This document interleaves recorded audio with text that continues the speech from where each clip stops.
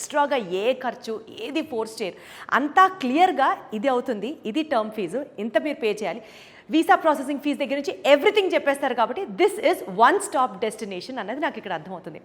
And ఇప్పుడు మనం ఉన్న ఈ ఫ్లోర్ ఏదైతే ఉందో this is all the counselling floor అనమాట.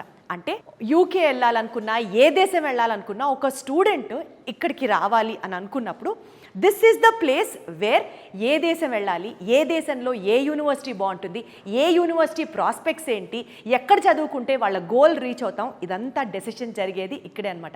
ఎందుకంటే మీరు చూస్తున్నారు ఇక్కడ ఉన్నటువంటి కౌన్సిలర్స్ ఎవరైతే ఉన్నారో more than 10 years of experience ఉంది వీళ్ళకి. ఏ యూనివర్సిటీ ఏ కోర్స్ ఆఫర్ చేయడంలో దిట్ట అన్నది వీళ్ళ కన్నా బాగా ఇంకా మార్కెట్లో ఎవరికి తెలియదనే చెప్పొచ్చు.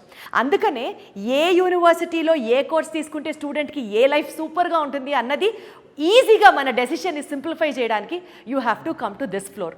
అండ్ ఇక్కడ ఉన్నటువంటి ఇంకొక స్పెషాలిటీ ఏంటంటే పేరెంట్స్ కూడా ఇక్కడ స్టూడెంట్స్తో పాటు వచ్చి వాళ్ళ యొక్క స్కోర్ని బట్టి, వాళ్ళ యొక్క గోల్ని బట్టి, వాళ్ళ యొక్క ఫర్దర్ ఎడ్యుకేషన్ ఏ రకంగా కొనసాగించాలి అని తెలుసుకోవడానికి ఇక్కడ కౌన్సిలర్స్తో మాట్లాడుకొని మొత్తం ఒక డెసిషన్ మేక్ చేసుకున్న తర్వాత ఫినాన్షియల్స్ అన్ని ఇందాక మనం మాట్లాడినట్లుగా కింద ఫిన్టెక్ వెళ్ళాం కాబట్టి అక్కడ ఎక్స్ప్లెయిన్ చేయడం జరుగుతుంది.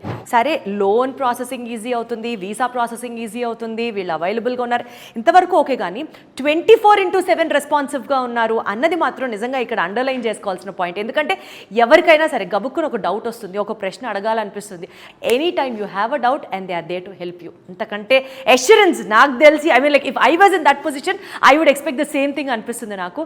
అంత అష్యూరెన్స్ కల్పిస్తున్నటువంటి ఈ వీసోర్స్ నిజంగా స్టూడెంట్ లైఫ్ని ట్రాన్స్ఫార్మ్ చేయడంలో ఓ మోస్ట్ ఇంపార్టెంట్ రోల్ ప్లే చేస్తుంది అని మాత్రం నాకు చెప్పొచ్చు.